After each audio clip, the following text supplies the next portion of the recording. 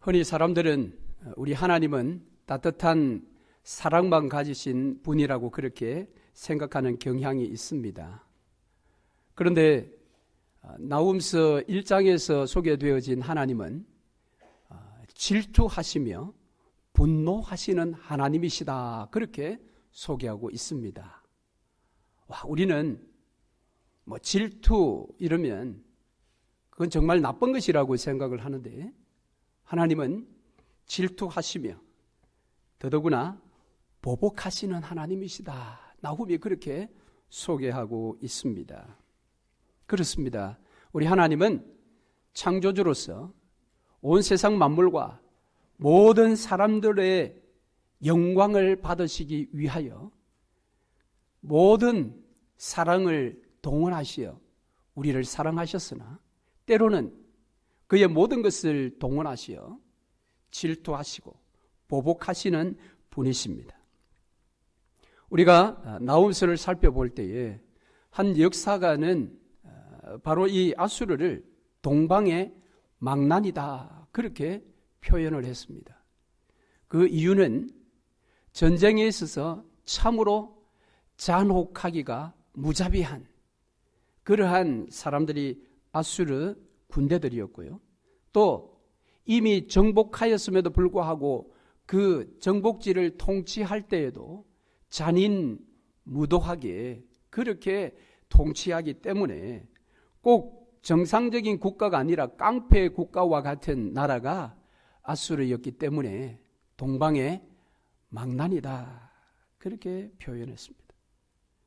그런데 이 동방의 망난이 같은 아수르가 이제 북이스라엘을 멸망시키고 남유다를 향해 치달을 때에 남유다에 속한 하나님의 백성들은 망연자실하였을 것입니다. 그러면서 그들은 도대체 저 무자비한 아수르의 말발굽 아래에 있는 우리 유다를 향해서 하나님은 도대체 무엇을 하실 수 있으실까? 아마 하나님도 이번에는 우리를 구하지 못하실 거야, 그렇게 생각했는지 모르겠습니다. 그래서 나훔 선지자가 이야기합니다. 그 하나님은 질투하시며 보복하시는 하나님이시다.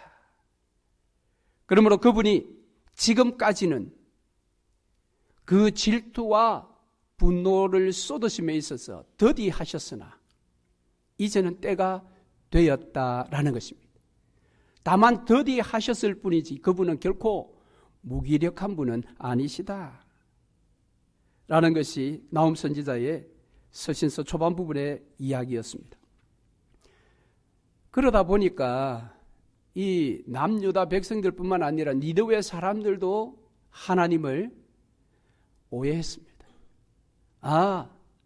북이스라엘이 섬기는 하나님, 남유다가 섬기는 하나님, 그 하나님은 별것 아닌 신이구나.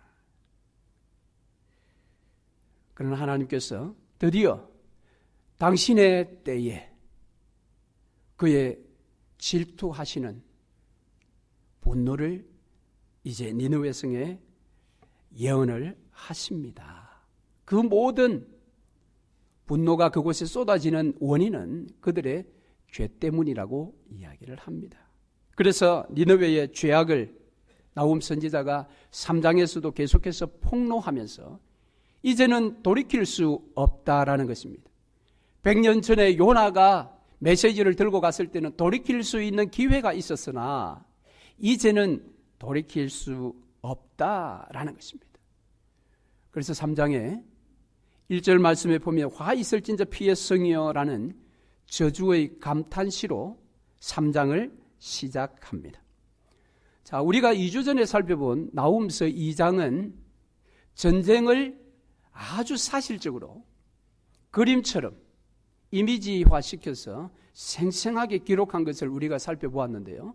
오늘 3장에서는 그 전쟁으로 말미암아 산산조각 멸망을 당할 이 니느웨에 대한 조소와 조롱거리가 굉장히 많이 나타나 있습니다.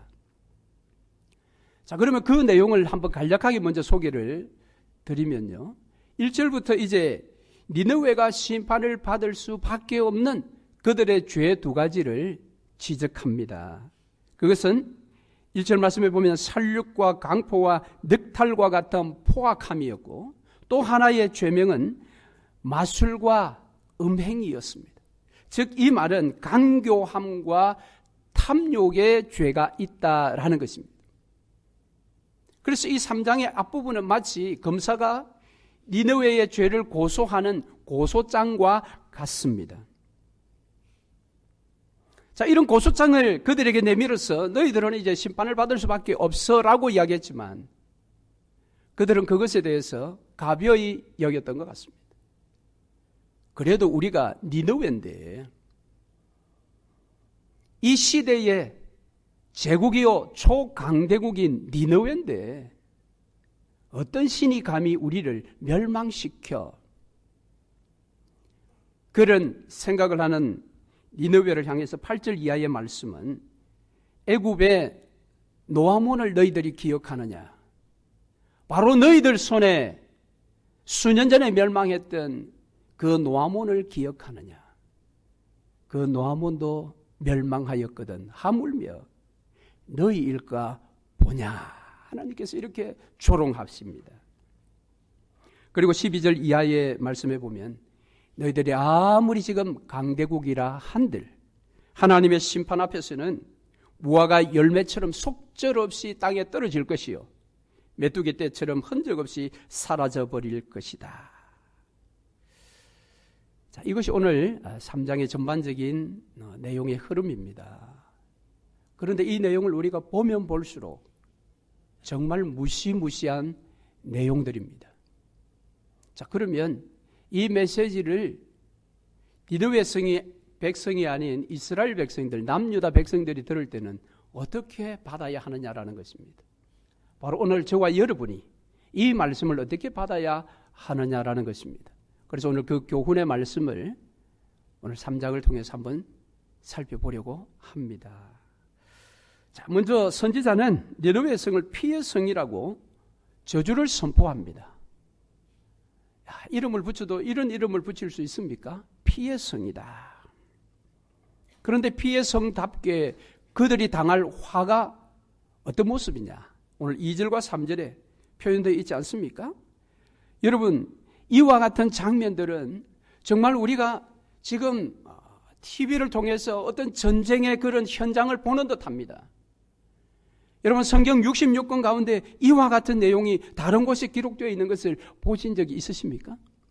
휙휙하는 채찍 소리, 윙윙하는 병거 바퀴 소리, 뛰는 말, 달리는 병거, 충돌하는 기병, 번쩍이는 칼, 번개 같은 창, 죽임당한 자의 때, 죽음의 큰 무더기, 무수한 시체여 사람이 그 시체에 걸려 넘어지니. 너무도 처참한 모습입니다. 너무도 처참한, 자비란 털 것만큼도 없는 처참하게 무너져 내리는 니느웨 성, 피의 성 니느웨. 이유가 무엇입니까? 그들의 도대체 죄명이 무엇인가라는 거죠. 그것은 방금 말씀드렸던 1절에 화 있을진저 피의 성이여 그 안에는 거짓이 가득하고 포악이 가득하며 탈취가 떠나지 아니하는도다. 속임수입니다. 강포입니다. 약탈입니다. 이런 것들이 가득가득 채워졌고 끊이지 않았다. 그래서 그 성을 향해서 하나님께서 저주를 선포하고 있습니다. 두 번째 죄는 4절 말씀에 나오는 음녀의 음행입니다. 자, 여기에 보면 이 음녀가 마술을 행했다라고 이야기합니다. 여러분, 마술은 무엇입니까? 마술은 거짓입니다. 속임수입니다. 그런데 여기에 보면 그 마술을 통하여 다른 민족들을 속였다라고 합니다. 그래서 속여서 모든 것을 빼앗았던 것입니다. 약탈했던 것입니다. 그런데 여러분, 요즘 마술이 하도 사람들에게 이렇게 관심을 많이 받다 보니까 얼마 전에 보니까 한국에 죄송합니다. 한국의 어떤 교회에서 마술을 했다라는 것입니다. 물론 이 본 강단에서 한 것은 아니었습니다.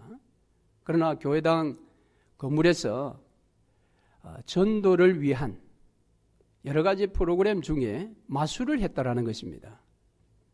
그것도 그 교회 담임 목사님께서 그가 속한 교단의 총회장이셨다고 합니다. 여러분, 이게 오늘 조국 교회가 무너지는 모습 가운데 하나입니다. 어떻게 교회 안에서 마술을 행할 수가 있습니까? 물론 취지는 예수를 모르는 사람들을 전도하기 위해서 그들을 초청하여 행한 것이다 라고 했으나 여러분, 이것은 아닌 것입니다. 우리가 통설교 20마당을 볼 때에 우리가 뛰어넘어야 할 경계가 있지만 뛰어넘지 말아야 할 경계도 있다고 했습니다. 그것은 성경의 진리가 가지고 있는 소위 말하는 칼빈의 5가지의 그 5대 교리, 그것을 뛰어넘어서는 안 된다라고 했습니다. 그런데 여러분, 교회가 속임수를 하는 마술을 사람을 구원하기 위해서 한다? 여러분, 그게 될 법한 일입니까? 사람을 구원하는 것은 복음 외에는 없습니다. 복음 외에는 없습니다. 교회 문턱이 낮아도 너무 낮아졌습니다. 어떻게 거짓된 마술을 통해서 사람을 전도해 보겠다. 참 어처구니가 없는 일이죠. 그래서 결국 그 목사님께서 이게 문제가 되어 공식적으로 사과를 했다고 합니다. 여러분, 사과할 정도로 끝날 문제입니까, 그게? 너무 다른 것입니다. 그런데 보세요. 아수르는 바로 그와 같은 마술을 통하여 타 민족을 속였어. 그들의 모든 것들을 다 약탈하였던 벌받아 마땅한 그런 도성이었습니다. 뿐만 아니라 음행하였다고 합니다. 여러분, 여기서 말하는 음행이라는 것은 육신적인 음행일 뿐만 아니라 이것은 영적인 음행이 더 무서운 것입니다. 다른 민족들을 향해서 살아계신 하나님을 섬기도록 유도하는 것이 아니라 하나님 외에 그들이 섬기는 다른 신들, 우상들을 섬기도록 그들을 미혹한 것입니다. 그 우상들을 섬길 때에 너희가 잘 될 것이라고 그들을 속였어. 그들의 영혼을 강탈한 것입니다. 그것이 그들이 씻을 수 없는 죄였던 것입니다. 그런데 하나님은 너희들이 가지고 있는 그와 같은 장점을 수치가 되게 만들겠다고 하십니다. 5절 말씀에 보시면 보라, 내가 내게 말하노니 만군의 여호와의 말씀에 내 치마를 걷어 올려 너의 얼굴에 이르게 하고, 무엇입니까? 여인이 자신의 아름다움을 표현하는 그런 이 치마를 걷어서 얼굴 위에까지 올려버려서 여인으로서 드러내어서는 안 되는 그런 부끄러운 것을 드러나게 만들 것이라고 이야기를 합니다. 무엇입니까? 너희가 가지고 있었던 그 장점, 그 장점이 오히려 너희로 수치를 당케 할 것이다.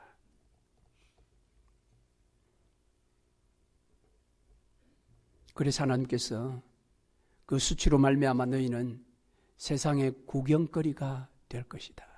구경거리가 될 것이다. 그러므로 너희의 파멸하는 모습을 보고 같이 있으면 죽겠다 싶어서 도망가는 자들이, 너희들의 파멸의 현장에서 도망하는 자들, 그들이 너희를 향해 조롱할 것이다. 뿐만 아니라 더 비참한 것은 너희들이 그렇게 속절없이 무너질 때에 아무도 너희를 위로해 줄 자가 없을 것이다. 너희를 위하여 슬피 울 사람이 없을 뿐만 아니라 위로해 줄 자도 없을 것이다. 즉 사람들로부터 너희가 철저히 외면당할 것이다 라고 이야기합니다. 그러나 앞서 말씀드린 것처럼 니느웨 백성들은 설마 설마 니느웨 불패. 우리는 결코 망하지 않아. 우리는 결코 망하지 않아. 그런데 나홈 선지자는 너희가 아무리 큰 성읍이라 할지라도 노아몬을 기억해라는 것입니다. 8절이죠. 네가 어찌 노아몬보다 낫겠느냐. 그는 강들 사이에 있으므로 물이 들렸으니 바다가 성루가 되었고 바다가 방어벽이 되었으며. 노아몬은 아몬의 도시라는 말이라고 했지요. 1장 설교할 때 3장에 있는 이 노아몬을 소개를 했는데요. 아몬은 태양신의 이름입니다. 그러니까 태양신의 이름을 가진 애굽의 도시죠. 그래서 아몬 도시, 아몬의 도시. 자, 이 노아몬은 나일강 상류의 자리를 잡고 있어서 지리적으로, 지형적으로 천년 요새와 같았습니다. 오늘 8절 말씀에서도 그것이 소개되어져 있지요. 강들 사이에 있어서 물이 그 성을 둘러서 바다가 성루가 되고 그리고 바다가 방어벽이 되었다. 그래서 나일강을 끼고 있기 때문에 문명의 또 중심지였기도 합니다. 그래서 그곳에는 신전도 있었다고 하고요. 오벨리스크, 워싱턴 DC에 가면 오벨리스크 있지 않습니까? 큰 탑. 이 오벨리스크도 있었고 스핑크스도 있었고 궁전도 있었던 그런 문화가 발달된 도시였습니다. 더구나 강들 사이에 있었으므로 외적이 침입할 때에 쉽게 무너뜨릴 수 없는 이런 지리적인 호조건 때문에 이 노아몬은 1400년 동안 건재했다고 합니다. 그런데 이 노아몬이 BC 663년에 바로 그 니느웨에 의해서 멸망당했다라는 겁니다. 그러니까 지금 이 나홈서의 편지는 적어도 BC 663년 뒤에 지금 쓴 편지라 그렇게 알 수 있죠. 그리고 니느웨가 612년에 멸망했기 때문에 그 사이에 지금 기록된 책이에요. 너희가 알지 않느냐? 1400년 동안 경고했던 노아몬을 너희가 멸망시키지 않았느냐? 그런데 그런 성도 멸망이 되었다면 너희 니느웨 성은 더 쉽게 무너지지 않겠느냐라는 것이 하나님의 조롱거리와 같은 질문인 것입니다. 그런데 니느웨 사람들은 달리 생각했습니다. 우리가 1400년 동안 경고했던 저 노아몬을 멸망시켰으니 우리가 더 강하다라고 생각한 것입니다. 그런데 하나님은 no. 그 성이 무너졌듯이 너희들도 무너질 것이다. 너희들도 무너질 것이다. 심지어 이 노아몬이 무너지려고 할 그때에 우군들이 있었습니다. 도와주는 손길들이 있었다고 합니다. 9절 말씀에 보면 구스와 애굽은 그의 힘이 강하여 끝이 없었고 붓과 루빔이 그를 돕는 자가 되었으나, 여기서 말하는 붓과 루빔은 북아프리카의 리비아 지역이라고 합니다. 그 지역에서 원군이 이 노아몬을 도와주었지만 노아몬은 멸망했다라는 겁니다. 그래서 10절 말씀에 보면 그 노아몬에 있었던 어린아이들이 길 모퉁이에 있는 그 돌에 메어침을 당해서 그렇게 비참하게 멸망하지 않았느냐. 그리고 존귀한 자들은 제비 뽑혀 나뉘어졌고 그의 모든 권세자들은 사슬에 결박되었다. 그러니까 너희들도 마찬가지일 것이다 라고 이야기합니다. 그래서 여러분 11절에 보시면 너도라는 말이 두 번이나 반복되어 있어요. 너도 술에 취하여 숨으리라. 너도 원수들 때문에 피난처를 찾으리라. 노아몬이 무너져 내릴 때에 그들은 술에 취한 사람이 마땅히 숨을 곳을 쉽게 찾지 못하고 노출되어 우왕좌왕했던 것처럼, 그리고 그들이 이제는 피난처를 찾아야만 살겠다라고 피난처를 찾았던 것처럼 너도 두 번이나 반복해서 강조하고 있습니다. 반드시 무너진다라는 것입니다. 이게 생각의 차이입니다. 똑같은 이야기를 놓고 니느웨는 우리가 노아몬을 이겼으니 우리가 더 강하다. 그러니까 우리는 더 견딜 수 있다라고 했는데 하나님은 1400년 동안 천년조세 같았던 노아몬이 그렇게 무너져 내렸다면 너희들은 무의 말로 다 하랴. 그런 하나님의 말씀인 것입니다. 이 말씀은 1장에도 나타납니다. 1장에서도 나훔 선지자는 하나님의 정의에 대해서 소개를 합니다. 그러면서 1장 6절에서 누가 능히 그의 분노 앞에 서며 누가 능히 그의 진노를 감당하랴. 답은 간단합니다. 그 누구도 그 앞에 설 수 없다라는 것입니다. 아무도 질투하시는 분노의 하나님 앞에 맞설 수 없다. 왜? 세상에 또 다른 강한 제국이 아니라 그분은 만군의 왕이신 하나님이시기 때문에 그런 것입니다. 할렐루야. 그래서 하나님께서 한번 심판하시기로 심판의 칼을 든 이상 그 나라가 아무리 강하다 할지라도 그 심판은 피할 수 없다. 그러므로 오늘 이 시대에도 마찬가지 아니겠습니까? 오늘 이 시대에 세계를 호령한다고 하는 미국이라 할지라도 세계를 호령하는 중국이라 할지라도 하나님을 대적한다면 결국은 무너지게 될 것입니다. 뿐만 아니라 그런 강대국을 의지하여 살아남아 보려고 하는 나라들도 동일하게 무너질 것입니다. 때문에 이 세상에는 우리가 의지하고 우리가 자랑할 만한 것은 아무것도 없다라는 것을 기억해야 합니다. 그저 우리 눈에 좋아 보일 뿐입니다. 우리 눈에 힘이 있어 보일 뿐입니다. 만군의 하나님을 대적하는 그 순간 오늘 이 시대의 제국이라고 할 수 있는 미국이나 중국도 속절없이 니느웨처럼 무너질 것입니다. 하나님이 여시면 누가 감히 닫을 수가 있겠으며 하나님께서 닫으신다면 감히 누가 열 수 있겠습니까? 그렇지만 하나님께서 더디 당신의 분노를 발하시기에 악한 자들은 더욱 담대히 악을 행하는 것 같습니다. 그럴 때 여러분 우리는 어떻게 그들을 바라보아야 할까요? 시편 기자는 시편 37편에서 이렇게 노래했습니다. 악을 행하는 자들 때문에 불평하지 말며 불의를 행하는 자들을 시기하지 말지어다. 그들은 풀과 같이 속히 배임을 당할 것이며 풀은 채소같이 쇠잔할 것이미로다. 여호와를 의뢰하고 선을 행하라. 땅에 머무는 동안 그의 성실을 먹을거리로 삼을지어다. 또 여호와를 기뻐하라. 그가 내 마음의 소원을 내게 이루어 주시리로다. 내 길을 여호와께 맡기라. 그를 의지하면 그가 이루시고 내 의를 빛같이 나타내시며 내 공의를 정오의 빛같이 하시리로다. 할렐루야. 아무리 제국이 강해 보여도 반드시 하나님의 심판하에서는 망한다라는 사실을 우리는 믿음의 확신으로 가지고 있어야 할 것입니다. 그런데 3장은 바로 이와 같은 심판을 수많은 조롱거리로 메시지를 주었다고 했지요. 이제 3장의 뒷부분은 하나님의 조롱거리가 나타납니다.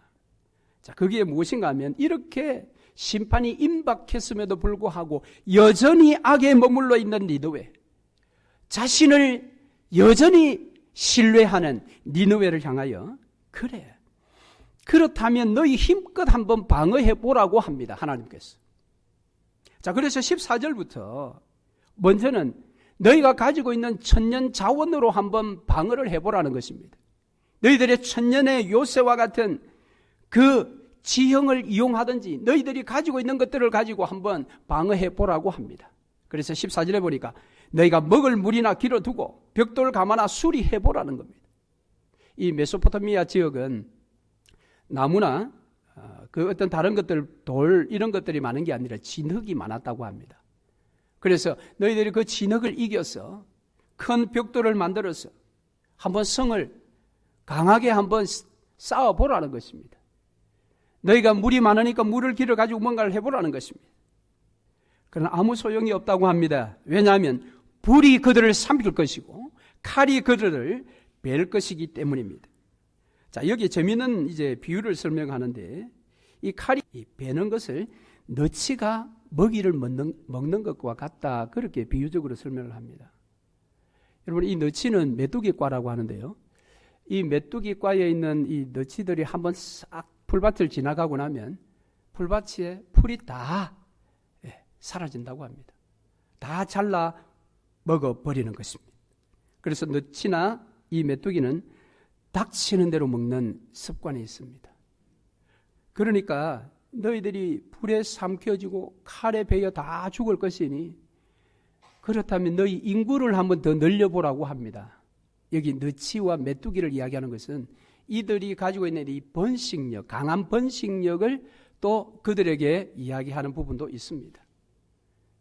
이렇게 하나님의 심판의 칼날이 올 때에 그래 너희가 그럼 인구를 더 늘려도 살아남을 수 있겠느냐라는 것입니다.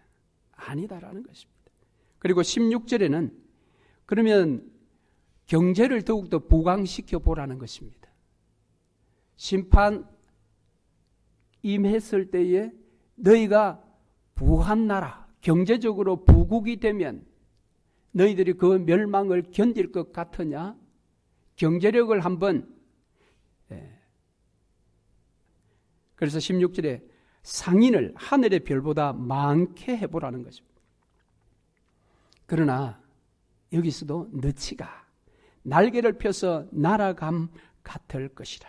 너희들이 아무리 상업이 발달하고 번창해도 메뚜기가 허물을 벗고 날아가듯이 그 상인들이 한순간 너희 나라를 다 빠져나가 버릴 것이다.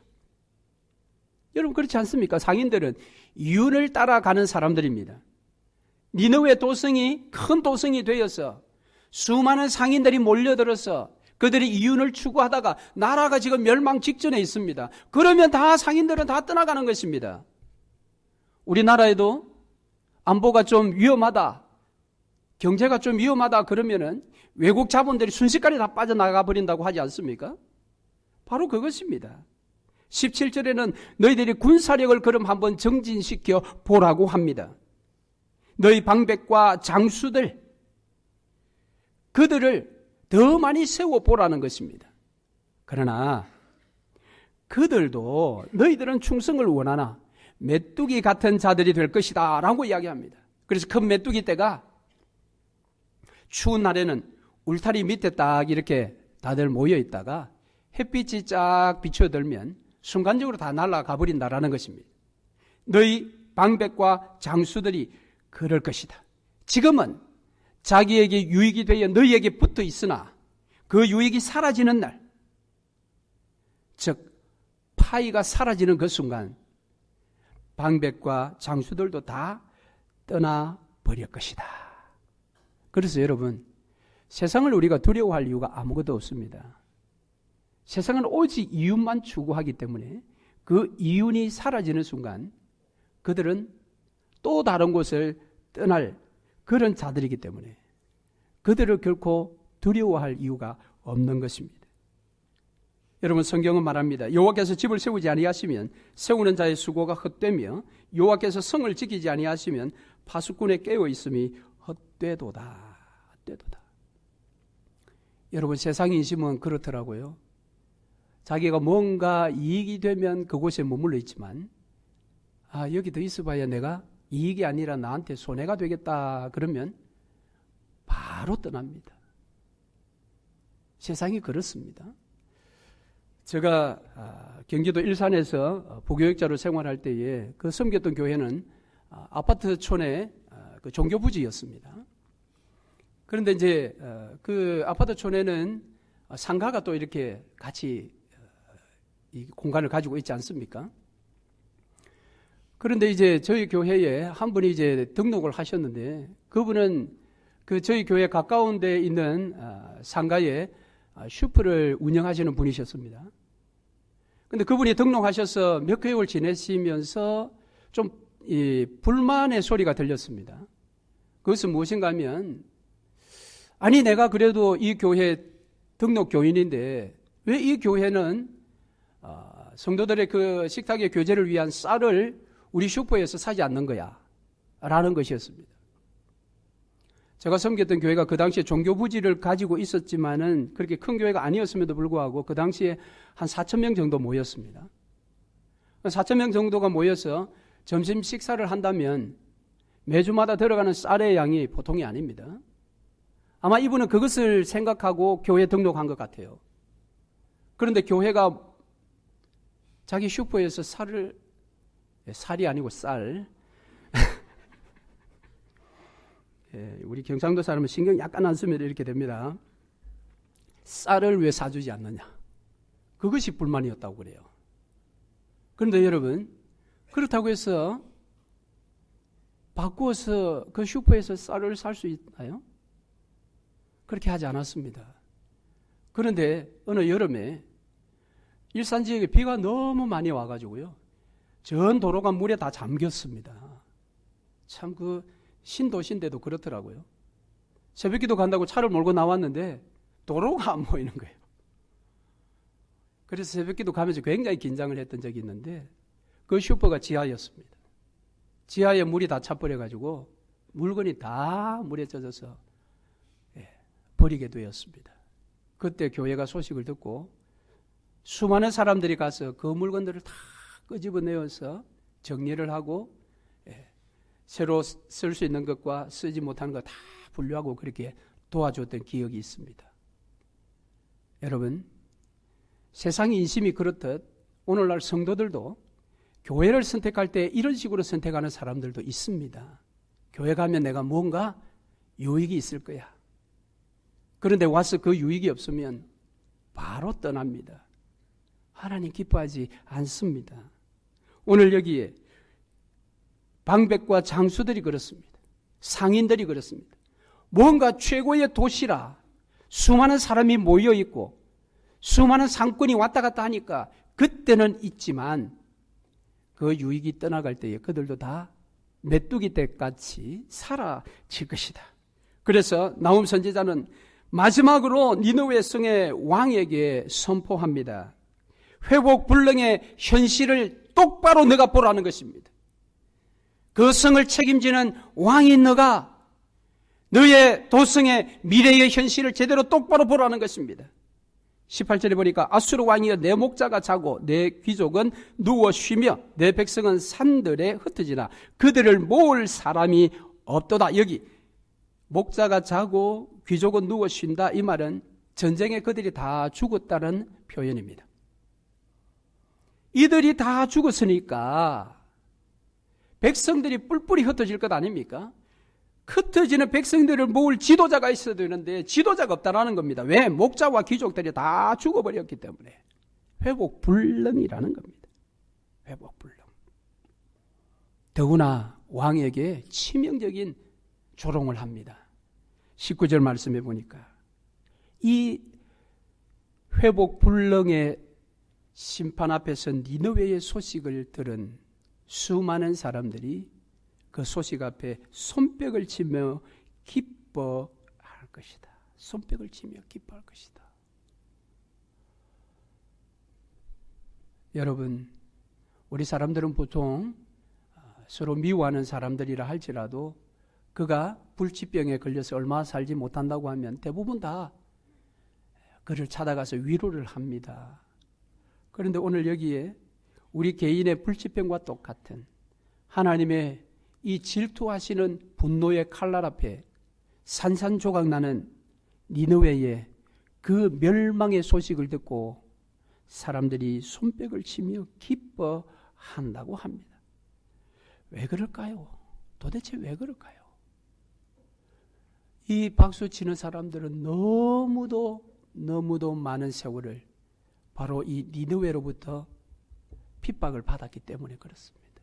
무자비하고 잔혹한 핍박을 받았기 때문에 그들의 멸망의 소식이 이들에게는 큰 기쁨의 소식이었던 것입니다.